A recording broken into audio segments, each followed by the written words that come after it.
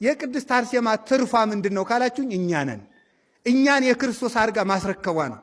ክርስቶስ እኛን ነው ለሰማዕታት የሸለማቸው ምዕመናን በእነሱ ስም ተሰብስበው እንዲድኑ በማድረጉ ነው። ከዚህ በኋላ ምን አደረገ? በስምሽ ያመናውን ስምሽን የጠራውን ዝክር የዘከረውን ሰው የተራበ የመገበውን ሰው እኔም የሕይወት እንጀራን በሰማያት መግበዋለሁ።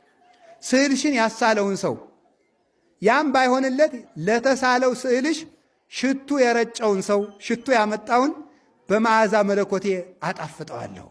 መጽሐፍሽን የጻፈውን ያጻፈውን ስምሽን ስሙን በሕይወት መጽሐፍ እጽፍለታለሁ።